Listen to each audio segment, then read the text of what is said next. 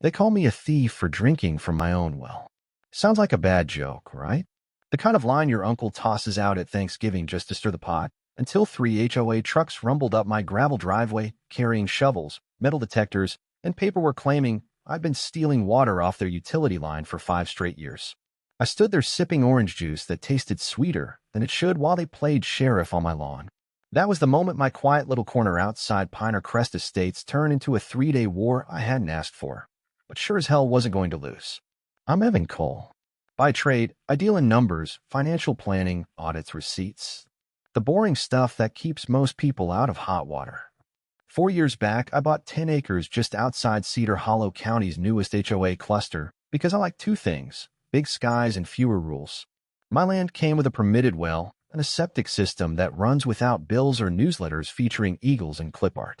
I planted apple trees, built garden beds, and laid a flagstone path to the pump house. Life was simple until a process server showed up with a lawsuit spelling my name wrong and marking damages in red pen like a failed test. 18 grand in unauthorized utility usage, plus legal fees, plus inspection rights to dig wherever they wanted. The diagrams they sent could have come from NASA, colored arrows, cross-sections, and a miracle pipeline supposedly tunneling through rock, over a creek, and up a ridge without permits or backhoes. I laughed at first. Then I stopped because the money wasn't the real insult.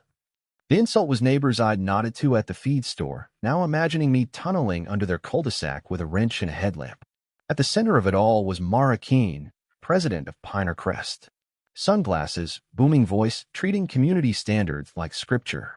At her side, Trevor Dale, wiry, twitchy, the kind of guy who probably sleeps with a stapler under his pillow.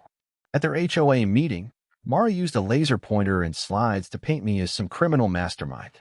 Folks I knew nodded along, while the Facebook live stream filled with fire emojis and make him pay comments. Every time I opened my mouth, Mara had a slick counter. Decoy wells are common. Modern thieves hide in plain sight. By the end, my ears rang like I'd left a concert. Trevor cornered me afterward, whispering we could handle it quietly if I paid 2 grand and sign onto their system.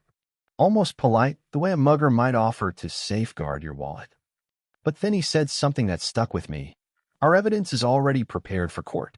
Prepared? Evidence is supposed to be found, not plated up like a charcuterie board. So I did what I do best, pulled threads. At 8 a.m. sharp, I walked into the county utilities office, a place that smells like old carpet, and slid their diagrams to a clerk named Dana Ruiz, who had the tired eyes of someone who's heard it all. I'm being sued for stealing water, I told her. She gave me a look that said, well, that's new even for a Tuesday.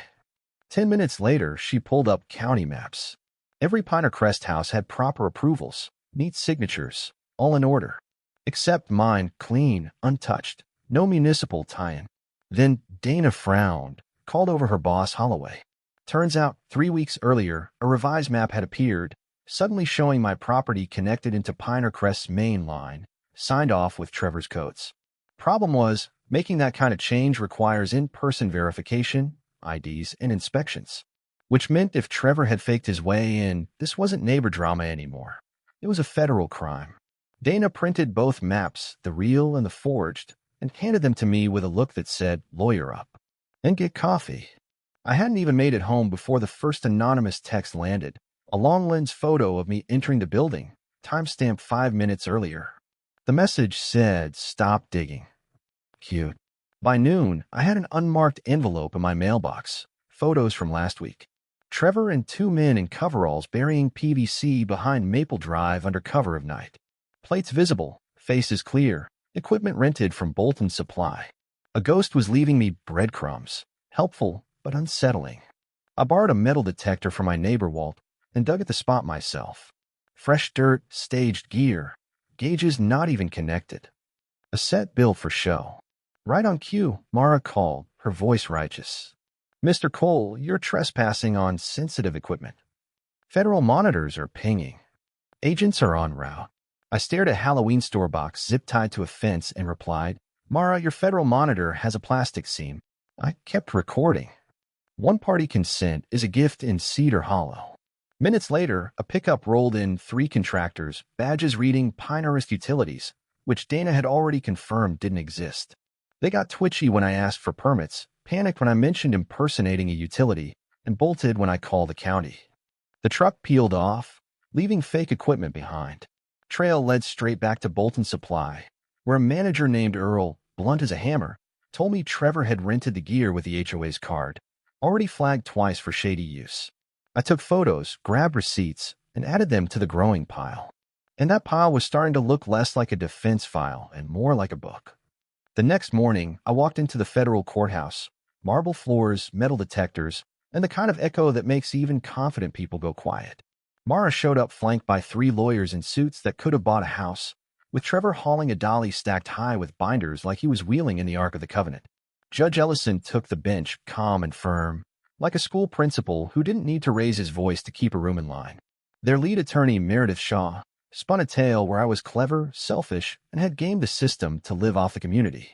For a second, the way she told it, I almost believed it myself, because a good lie, told straight, can shake your bones. Then it was my turn.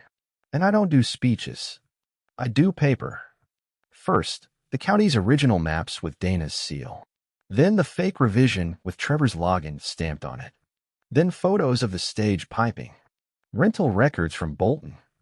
And finally, the recording of Mara warning me that federal monitors were about to swoop down on a Halloween prop sensor. Every few minutes, Judge Ellison cut in. Mr. Dale, where are the permits for tunneling under a creek? Where's the maintenance record for this line you say exists? Meredith would object. The judge would overrule. Trevor would swallow hard and contradict his own slides. Right before lunch, a man raised his hand at the back of the room, Ben Carver, a county utilities officer who had taken personal leave to testify. He swore in and told a story that made everyone lean forward. Trevor had courted him months earlier, moving from questions to bribes, $500 for a signature, $2,000 for database access, then to threats. Cars idling outside his house. A note on his windshield, stop asking questions. Ben had saved everything, emails, voicemails, timestamps, and now slid them into evidence with hands that shook just a little. He said he came forward because one night his 12-year-old asked why Dad looked scared all the time. And that landed in the room like a weight. After lunch, I laid out a simple timeline. Forged map on the 7th. Pipes planted on the 9th. Lawsuit filed on the 10th. Threats on the 11th. Then I played my cleanest clip, Mara's voice sharp as glass, telling someone on the other end of a call, proceed. Keep it clean. He won't push back for long. The silence that followed had its own temperature. Meredith didn't object anymore. She just stared at her pad like it might rewrite itself. When their side came back, Meredith tried pivoting, painting me as an outsider, a loner, someone with the brains to cook up a scheme. Then Mara, like she couldn't stand the quiet, jumped at herself. She ranted about protecting property values, about outsiders ruining neighborhoods, about how someone had to enforce order if the county wouldn't. Judge Ellison raised his hand and cut her off. Mrs. Keene, Mr. Cole does not live in your neighborhood. That was the crack that broke everything. The ruling came like a door slamming. Case dismissed with prejudice. Immediate referral to federal authorities for document forgery, impersonation of utility personnel, conspiracy, intimidation. Heavy words, especially with marshals already waiting. As the clerk finished reading, 2 agents with polite faces and hard eyes cuffed Mara and Trevor. Cameras flashed. Someone whispered, about time, like it was a prayer he'd been saying for months. I walked out of that courthouse free after 3 days that felt like 3 months. Skipped the reporters, found my truck with a parking ticket on the windshield, and laughed for the first time all week.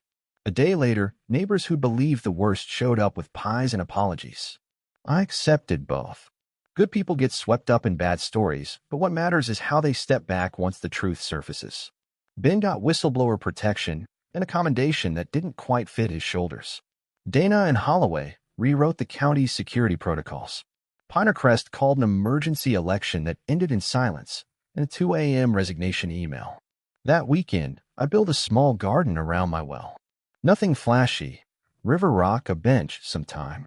Every morning now, I sit there with coffee that tastes a little like iron and a lot like peace. Folks ask what I learned. I tell them the truth doesn't defend itself. It just waits for someone willing to pick it up, carry it into the light, and hope the right people are brave at the right moment. Clerks who stamp the right papers. Officers willing to testify. Neighbors who admit when they got it wrong. Even nameless watchers with long lenses who can't stomach watching bullies win. So here's what I'll leave you with, because this is where the arguments start. How much authority should an HOA really have over someone who lives next to them, but not under them? When does protecting the neighborhood cross the line into inventing villains just to keep people scared and obedient? If it were you, would you hand over a couple thousand to make it disappear? Or would you burn 3 days fighting it, knowing the stress could chew up your sleep, your marriage, and your trust in people? Where do you draw that line? Have you seen this kind of control disguised as community? And be straight with me, did I push too far or just far enough? If this story struck a nerve, drop your take in the comments. Share it with that one neighbor who treats bylaws like a badge. And if you want more real-world fights where dignity actually wins, hit subscribe, ring the bell, and pull up a chair by the well next time.